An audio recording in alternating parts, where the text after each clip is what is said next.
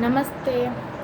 Last lecture में हमने decomposers के बारे में पढ़ा था। आज के लेक्चर में हम पढ़ेंगे डिस्ट्रक्शन ऑफ फॉरेस्ट। फॉरेस्ट का नाश होना, डिस्ट्रक्शन मतलब पता है ना, फॉरेस्ट यानी कि जंगल। ये जो जंगल का नाश होता जा रहा है उसके बारे में देखेंगे। डिस्ट्रक्शन ऑफ फॉरेस्ट और felling of trees on a large scale is called deforestation, यानी कि जो जंगल का नाश होना और लार्ज अमाउंट ऑफ ट्रीज को कट करना, इस प्रोसेस को कहते हैं deforestation.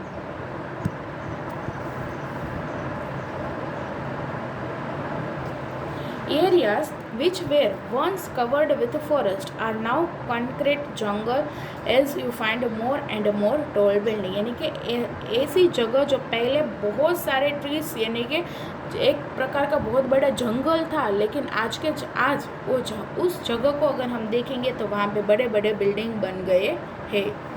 Y are many trees being cut, आखिर क्यों इतनी सारी ट्रीज कट हो रही है?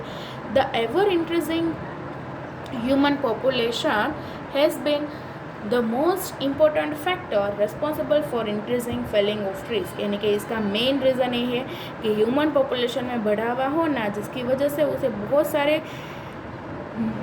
Has been the most important factor, यही वजह है, मेन वजह ट्रीज़ को कट होने के लिए कि ह्यूमन पॉपुलेशन बढ़ रही है। इसकी वजह से वो ट्रीज़ को कट करके वहाँ पे रहने लगे हैं।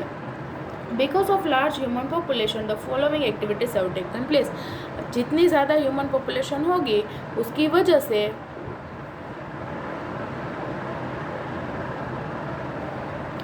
से उतने अमाउंट ऑफ नीचे दिए गए जो भी पॉइंट्स है उन सब की ज़रूरत पड़ेगी। क्या क्या? तो कि to increase food production forest land has been converted into agricultural land, यानी कि खाने के प्रोडक्शन में भी कमी होगी, उसे बढ़ाने के लिए क्या करेंगे लोग?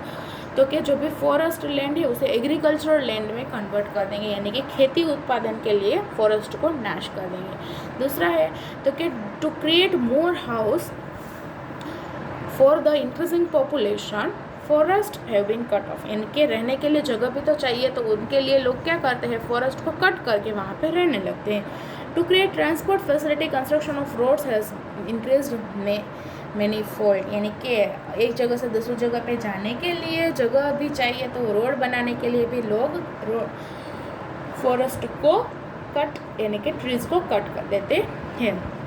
Increased industrial development has led to deforestation, यानी कि इंडस्ट्रियल डेवलपमेंट में जो बढ़ावा हो रहा है उसकी वजह से भी डिफॉरेस्टेशन बढ़ता जा रहा है। Increased wood requirement for paper and various other industries has led to felling of more trees, यानी कि पेपर की ज़रूरत के लिए वुड चाहिए, और वुड कहाँ से मिलता है? तो कि ट्रीज़ में से, इसके लिए भी, इसकी वजह से भी लोग ट्रीज़ को कट करते जा रहे हैं, यानी कि पेपर भी बहुत सारा लोग वेस्ट करते रहते हैं। Overgrazing of animals whose number have increased with increasing human population has reduced plant cover, यानी कि ह्यूमन पॉपुलेशन के साथ साथ एनिमल जो है वो ओवर ग्रेजिंग करते हैं, जहाँ भी चाहे वहाँ पे चरने लगते हैं, खाने लगते हैं, तो इसकी वजह से भी प्लांट का जो कवरिंग है वो कम होता जा रहा है।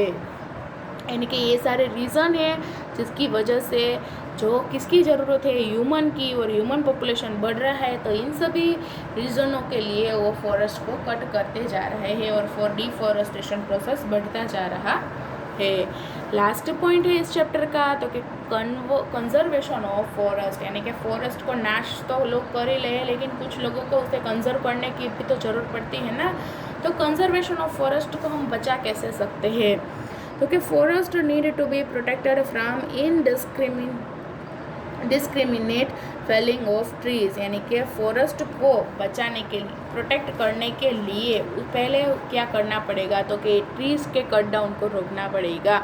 सम वेज टू प्रिवेंट डिफॉरेस्टेशन, नीचे कुछ तरीके हैं जिसकी मदद से हम उसे रोक सकते हैं। सबसे पहला है एफॉरेस्टेशन। एफॉरेस्टेशन किसे कहते हैं? तो कि large scale planting of trees is called afforestation. जिस तरह से हम ट्रीज को कट डाउन करने की प्रोसेस को डिफॉरेस्टेशन कहते हैं, उसी तरह लार्ज अमाउंट में नए प्लांट्स को ग्रो करना, planting of more trees is called afforestation. It helps to save the environment from bad effects of removal of forest cover. Soil erosion, global warming, reduction in rainfall etcetera.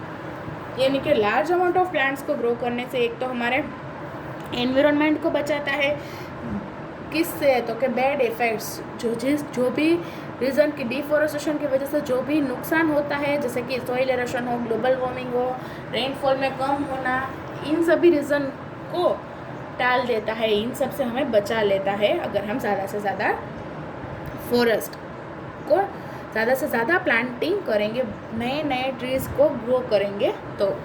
Second है कि preventing over grazing, यानी कि over grazing को हम prevent करेंगे, यानी कि जितने भी एनिमल्स हैं उन्हें कोई एक जगह पे रखे और उन्हें वहीं पे खाना दे तो वो हर जगह पे खाते रहेंगे नहीं है, और उनको ये तो पता चलता नहीं कि कितना खाना चाहिए, जितनी जहाँ पे भी मिलता है, जो भी ट्रीज़ होता है, जो भी इम्पोर्टेंट ट्रीज़ उन सबको खा लेते हैं, तो ओवर ग्रेजिंग को कम करना है।